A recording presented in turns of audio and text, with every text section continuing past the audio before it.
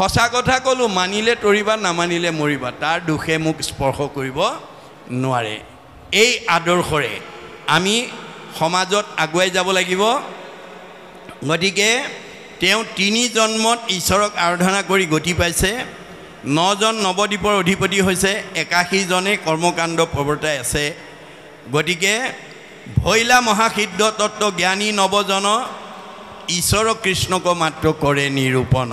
বাকী 9 জনে কেৱল ঈশ্বৰক প্ৰতিষ্ঠা কৰাৰ কাৰণে তেওঁলোকে সংসাৰত ভ্ৰমি আছে। সবে দিগম্বৰ আত্মবিদ্যা বিশাৰদ। এই যি 9 জন নৱসিদ্ধ, তেওঁলোকক ভাগৱতে দিগম্বৰ বুলি কৈছে। সবে দিগম্বৰ, সকলোবিলাক দিগম্বৰ।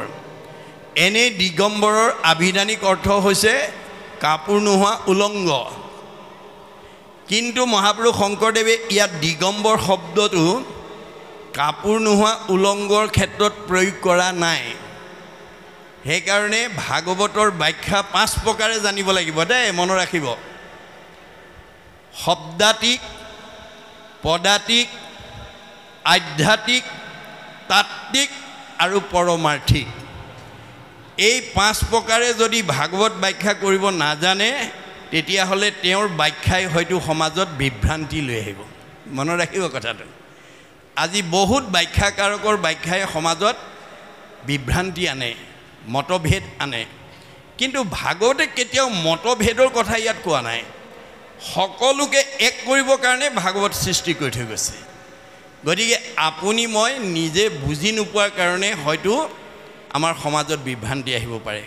গতিকে এতিয়া ইয়াত দিগম্বৰ মানে আমাৰ ভাগৱতত কৈছে মহাজ্ঞানীসকল দিগম্বৰ, ভকত বৈষ্ণৱ সাধু মহন্তসকল দিগম্বৰ, নৱসিদ্ধ দিগম্বৰ, 4 সিদ্ধ দিগম্বৰ। এতিয়া ইয়াত দিগম্বৰ অৰ্থটো আমি ভবা অৰ্থত প্ৰয়োগ কৰা নাই। এই দিগম্বৰৰ তত্ত্ব প্ৰথমতে ভগৱন্ত শিৱক কৈছিল।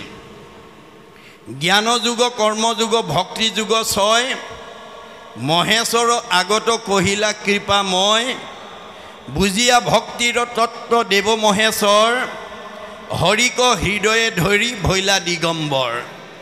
এতেকতে শৰীৰ ভকত যিটো হয়, মন তাৰ দিগম্বৰ হৈবেক নিশ্চয়। মনত ৰাখিব কথাটো, মনৰ দিগম্বৰতা কথাটো। মনত কোনো মায়া ভাৱ নাই। আপোন পৰ, চুত বৰ, মতা মাইকী, বগা ক'লা, ওখ চাপৰ, এইবিলাক গুণময় ভাৱ নাই। নিৰ্গুণ মানে নিৰ্মল ভাৱ, মায়া শূন্য ভাৱ। এইটো দিগম্বৰ বুলি কৈছে। অৰ্জুনে পুনৰ জানিব বিচাৰিছে। অৰ্জুনে বোলন্ত প্ৰভু শুনা নাৰায়ণ,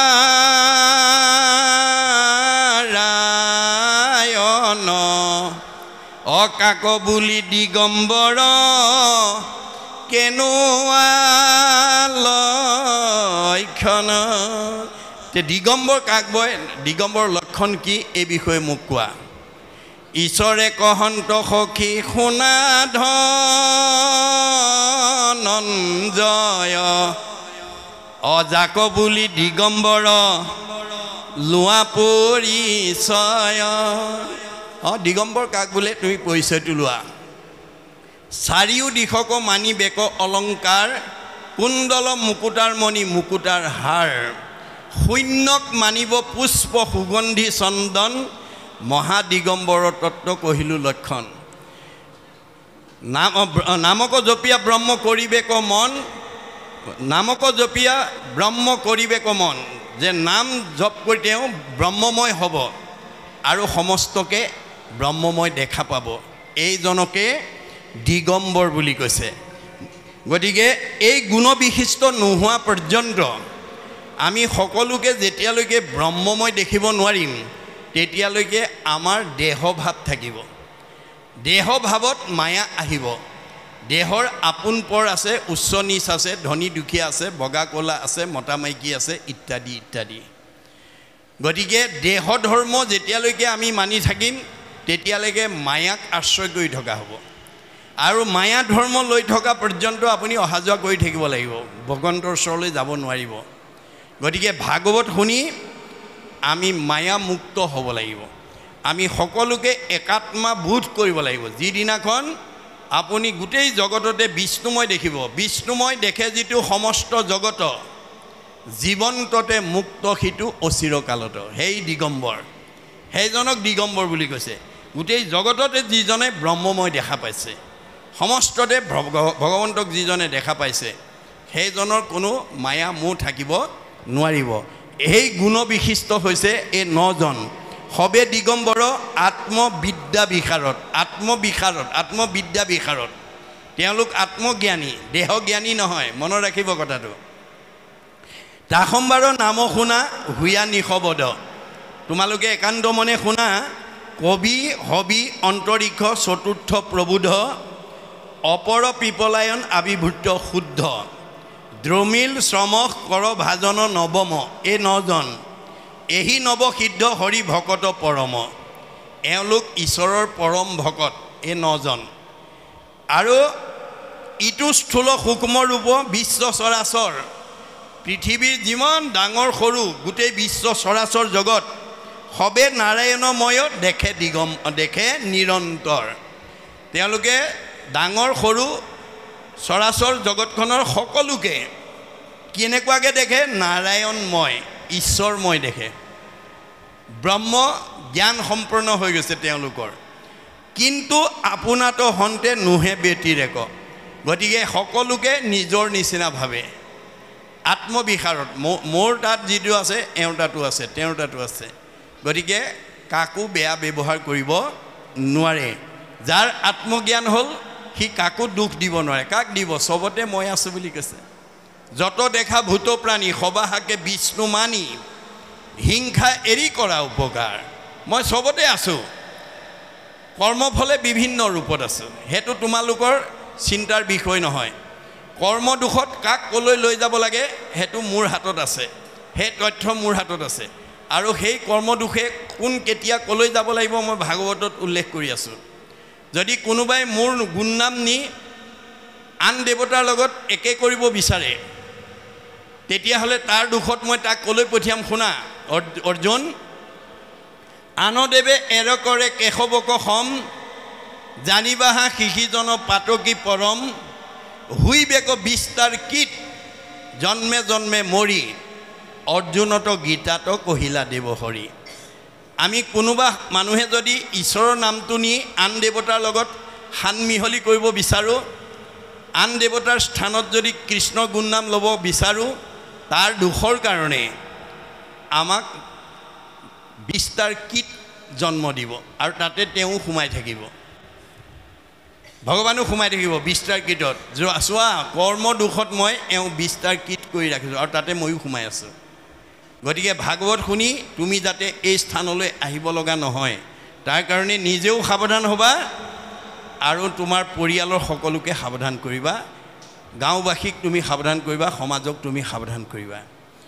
ভাগৱত নুশুনা মানুহে কৰ্মদোষত ক'ত যাব লাগিব তাৰ কোনো সিদ্ধান্ত নাই।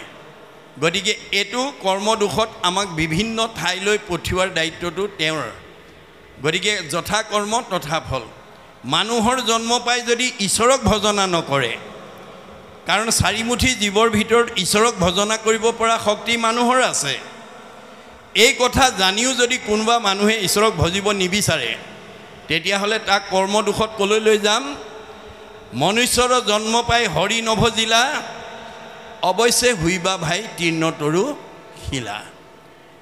তৃণতৰু শিলালৈ লৈ যাম। তৃণতৰু শিলাবিলাকে আকৌ মানুহৰ জন্ম পাবৰ কাৰণে অহোৰাত্ৰ চেষ্টা কৰি আছে। কেনেকৈ? পৰোপকাৰ আয় ফলন্তি বৃক্ষ, গছবিলাকে ফল দি আছে, নিজে নাখায় আনক খুৱাই উপকাৰ সাধন কৰি আছে। কি লাগে? মানুহৰ জন্ম লাগে। পৰোপকাৰ আয় দুগ্ধন্তি গাব, গাইবিলাকে গাখীৰ দি আছে, নিজে নাখায় আনক খুৱাই আছে। কি লাগে? মানুহৰ জন্ম লাগে। পৰোপকাৰ আয় বহন্তি নদ্যা, নদীবিলাক অহৰহ বৈ আছে পৰৰ উপকাৰ সাধন কৰি। কি লাগে? মানুহৰ জন্ম লাগে। প্ৰকৃতি জগতৰ সকলো জীৱই মানুহৰ জন্ম পাবৰ কাৰণে অহোৰাত্ৰ চেষ্টা কৰি আছে। প্ৰকৃতি জগতৰ দূৰৰ কথা, স্বৰ্গৰ দেৱতাসকলেও ব্ৰহ্মাকে প্ৰমুখ্য কৰি 33 কোটি দেৱতাই এই ধৰাধামত মানুহৰ জন্ম পাবৰ কাৰণে বাঞ্ছা কৰি আছে বুলি বেদে সিদ্ধান্ত দিছে কি বুলি অতো হি দেৱা ইচ্ছন্তি জন্ম ভাৰত ভূতলে এই ভাৰত ভূমিত মানুহৰ জন্ম পালে ঈশ্বৰত ভকতি কৰি জীৱই পৰম গতি লাভ কৰিব পাৰে স্বৰ্গত ভোগবাদ আছে ভক্তিবাদ নাই ভক্তি কেৱল এই ধৰাধামৰ মানুহৰ হাততে আছে গতিকে মানুহৰ জন্ম পায়ো যদি সেই কথা উপলব্ধি নকৰে তেওঁক আকৌ তৰুতীৰ্ণ শিলালৈ অৱনমিত কৰিব এইটো কৈছে আত্মঘাতী গতিকে আমি বহুত কষ্ট কৰি কৰি মানুহৰ জন্ম পাইছিলোঁ যিটো জন্ম পালে ঈশ্বৰত ভকতি কৰি সমস্ত কৰ্মবন্ধ বিনাশ কৰি পৰম গতি লাভ কৰিব পাৰে তেনে জন্ম পায়ো যদি কোনোবাই উপলব্ধি নকৰে তাৰ কৰ্ম দুখত তেওঁ বিভিন্ন স্থানলৈ আকৌ অৱনমিত হ'বলগীয়া হ'ব পাৰে এইটো বেদে আমাক সিদ্ধান্ত দিছে এতিয়া কৈছে কিন্তু আপোনাতো হন্তে নুহে বেটিৰেক দেখিয়া ভ্ৰমন্ত হবে জগত যতেক সকলোকে আত্মাময় দেখে কাৰণে সমস্ত জগততে তেওঁ পৰিভ্ৰমণ কৰিব পাৰে তেওঁলোকক কোনেও বাধা দি নাৰাখে বাধা দিব নোৱাৰে কোনেও বাধা নিদিয়ে সুৰ সিদ্ধ সাধ্য যজ্ঞ গন্ধৰ্ব কিন্নৰ নৰ নাগ শংকৰ চাৰণ বিদ্যাধৰ সৰ্বদা ভূমিয়া ফুৰে সকলো ঠাইলৈকে পৃথিৱীৰ চৰাচৰ জগতৰ সকলো ঠাইলৈকে নজন গতি কৰে কোনেও বাধা নিদিয়ে কিয় তেওঁলোক আত্মা বিশাৰদ আত্মজ্ঞানী সকলোকে তেওঁলোকে আত্মাময় দেখে নিজৰ পৰা বেলেগ বুলি নাভাবে সব একেই বুলি ভাবি থাকে গমন কৰন্ত নিত গোলোক নগৰে তেওঁলোকৰ দৈনন্দিন এটা স্বভাৱ আছে গোলোক নগৰলৈ নোযোৱাকৈ নাথাকে গোলোক মানে গো মানে বেদ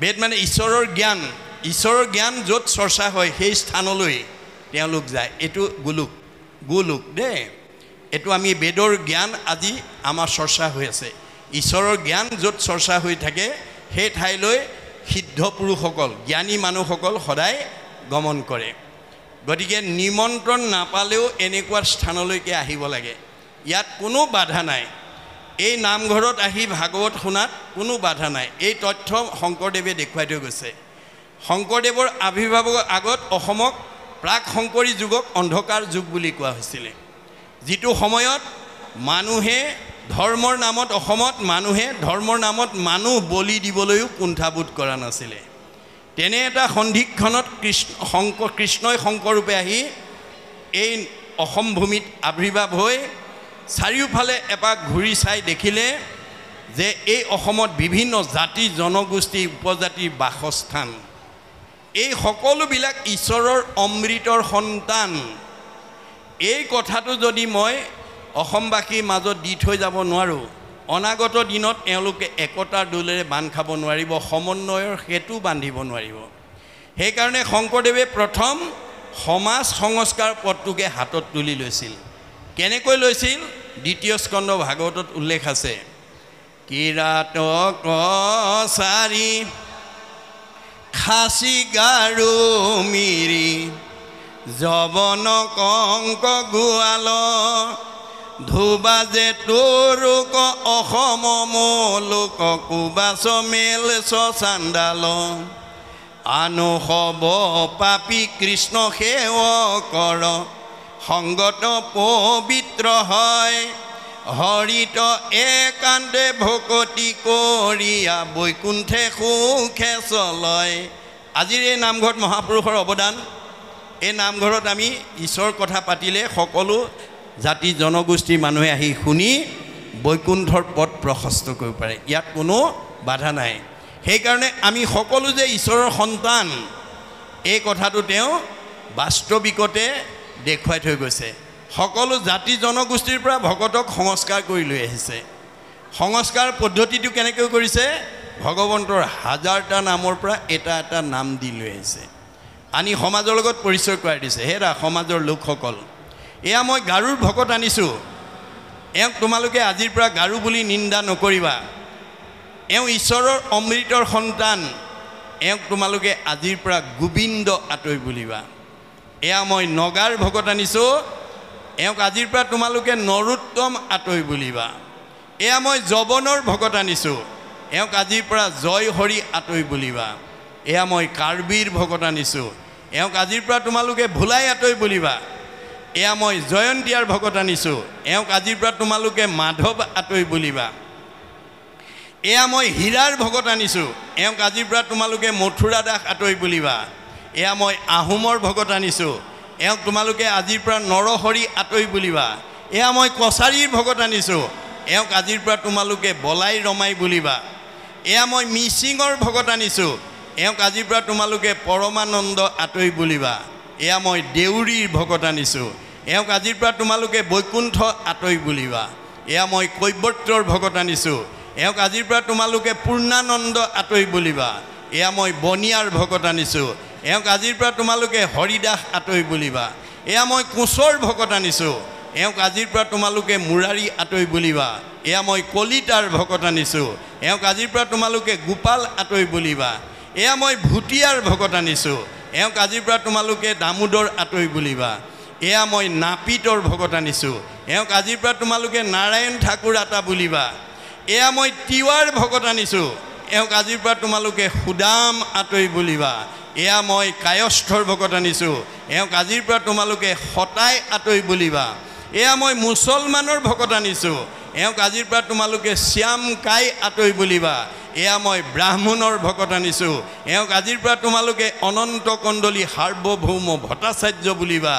এইধৰণে সকলো জাতি জনগোষ্ঠীৰ পৰা ভকতক সংস্কাৰ কৰি আনি এটা জাতি সৃষ্টি কৰি ঘোষণা কৰি থৈ গৈছে। কি বুলি? অহৰিক ভজয় যিটো তাকে বোলে জাতি, কৃষ্ণত বিমুখ যিটো সেহিহে অজাতি। মানুহৰ জন্ম পাই যি জনগোষ্ঠীতে জন্ম নহওক, ঈশ্বৰক ভজিলে জাতি, ঈশ্বৰক নভজিলে অজাতি। চৈতন্যপন্থীয়েও কৈছে মুচিও শুচি হয় যদি হৰিক ভজে, আৰু শুচিও মুচি হয় যদি হৰিক তেজে। এই তথ্য আমি ভাগৱতৰ পৰা সংগ্ৰহ কৰি আমি যাতে উঠি অহা প্ৰজন্মক এই আধ্যাত্মিক জ্ঞানেৰে সৈতে, নৈতিক জ্ঞানেৰে সৈতে আমি যাতে তেওঁলোকক উদ্বুদ্ধ কৰি আনিব পাৰোঁ। যেতিয়ালৈকে আধ্যাত্মিক আৰু নৈতিক জ্ঞান আমি সংযোগ কৰিব নোৱাৰিম, তেতিয়ালৈকে পুথিগত জ্ঞানে আমাৰ কোনো ছাত্ৰ ছাত্ৰীক প্ৰকৃত মানৱ সম্পদ হিচাপে গঢ়ি তুলিব নোৱাৰিব। যাৰ কাৰণে আজি বহুত ডিগ্ৰী লৈ বহুত উচ্চ ডিগ্ৰীধাৰী সন্তানেও নিজৰ জন্মদাতা পিতৃ মাতৃকো অৱজ্ঞা কৰা পৰিলক্ষিত হৈছে। কাৰণ আধ্যাত্মিক জ্ঞানবিহীন কোনো পুত্ৰই প্ৰকৃত মানৱ সম্পদ হিচাপে সমাজত পৰিচিত হ'ব লগা নহয় বা নোৱাৰিব। এই কথা আমাক ভাগৱতে কৈছে। এই তথ্য আমি দিব লাগিব। এতিয়া এই 9জন সিদ্ধ পুৰুষৰ যিটো চাৰিত্ৰিক বৈশিষ্ট্য, এই চাৰিত্ৰিক বৈশিষ্ট্যখিনি আমাৰ সন্ত ভক্ত মহন্তসকলে, ভকতসকলে যাতে আমি ল'ব পাৰোঁ, সেইকাৰণে আমি যত্নপৰ হ'ব লাগিব। ইয়াৰ পিছত কি কৈছে শুনিব।